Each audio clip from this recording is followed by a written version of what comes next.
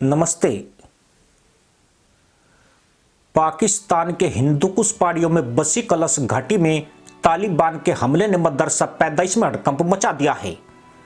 इस इलाके को तालिबान के लड़ाकों ने घेर लिया, जो 200 की संख्या में भारी हथियारों से लैस थे, जिसके बाद अधिकारियों ने सेना भेजी और 2 दिनों तक चली लड़ाई में 5 सुरक्षा अधिकारी और कम से कम 6 तालिबानी लड़ाके मारे गए। पिछले दिनों हुई इस घटना के बाद से ही पाकिस्तान में खलबली मची हुई है, क्योंकि अब बलूचिस्तान की टूट का खतरा ही उसके ऊपर नहीं है, बल्कि तालिबान ने पश्तूनिस्तान आंदोलन का भी बिगुल बजा दिया है, जिससे मदरसा मुल्क का अस्तित्व भी खतरे में पड़ गया है। पाकिस्तान इस बात से भी भड़का हुआ है कि तालिबान ठीक उसी भूमिका में है जैसा रोल 1971 में बांग्लादेश को बनाने में भारत ने अदा किया था।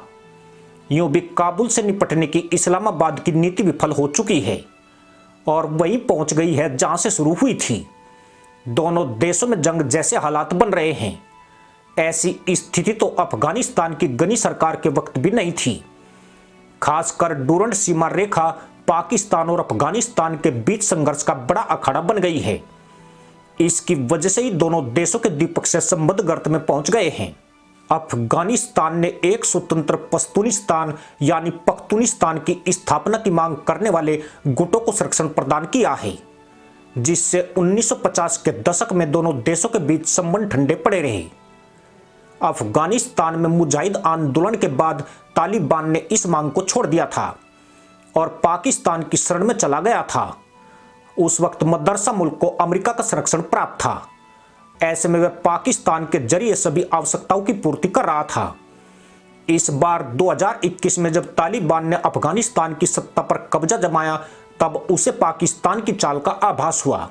तालिबान जान गया कि मदरसा मुल्क अब कुछ नहीं है और उससे अफगानिस्तान को कोई फायदा नहीं होने वाला है। ऐसे में तालिबान ने पश्तूनिस्तान आंदोलन को हवा देनी शुरू कर दी। मोटे शब्दों में समझे तो ब्रिटिश सरकार ने पाकिस्तान और अफगानिस्तान के बीच डूरंड लाइन खींचकर पश्तूनों की आबादी को 2 देशों में विभाजित कर दिया था, जिसमें कुछ पाकिस्तान में रह गए और कुछ अफगानिस्तान का हिस्सा बन गए।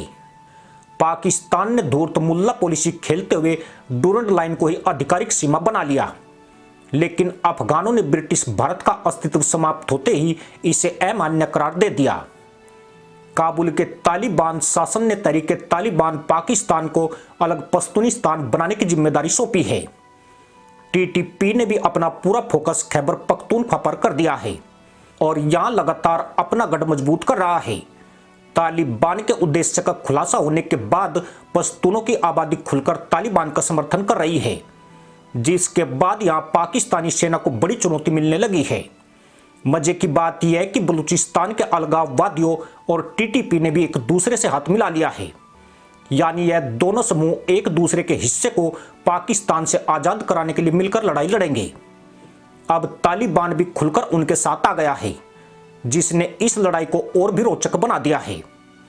2021 से पहले जब अफगानिस्तान में अशरफ गनी की सरकार थी, तब पाकिस्तान अपने हिस्से पर होने वाले हमलों पर भारत पर आरोप लगाता था, लेकिन तालिबान के सत्ता कब्जाने के बाद उसे सूझ नहीं रहा है कि वह करे तो क्या करे, क्योंकि उसने तालिबान की वापसी पर जमकर जश्न मनाया था। हालांकि पाकिस्तान का मानना है कि बलूचिस्तान और खैबर में जो गेम जारी है, उसमें भारत भी पूरी तरह शामिल है। भारतीय एजेंसियां अफगानिस्तान में फिर से अपनी पैठ बना चुकी है और वह भी पाकिस्तान के दूसरे विभाजन में पूरी मदद कर रही है। हालांकि मदरसा पैदाइश के पास भारत की संलिप्तता के कोई सबूत नहीं है। पाकिस्तान ने कश्मीर में हमेशा ही जनमत संग्रह का राग अलापा है, लेकिन पश्तून समुदाय स्वतंत्र पश्तूनिस्तान को लेकर जनमत संग्रह की आवाज उठा रहा है तो मदरसा मुल्क उससे कन्नी काट रहा है। खैबर, जहां पश्तूनों की सबसे बड़ी आबादी रहती है, यह इलाका पाकिस्तान के सैनिकों की कब्रगाह बन गया है। कहने वाले तो यही कहते हैं कि पाकिस्तान को एलएसी से ज्यादा ताकत खैबर पख्तूनख्वा में लगानी पड़ रही है। मदरसा मुल्क की 1 लाख से ज्यादा की सेना डूरंड लाइन और उससे लगते इलाकों में तैनात है।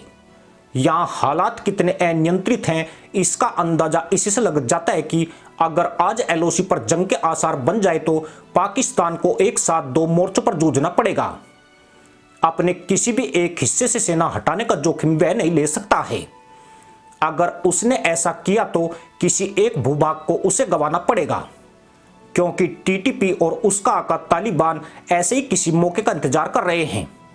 जानकर हैरानी होगी कि पाकिस्तान ने भारत के साथ संघर्ष विराम इसी मकसद से किया था, ताकि वे अपना पूरा फोकस डूरंड लाइन पर कर सके। इसी के साथ अनुमति दोस्तों, जय हिंद, वंदे मातरम।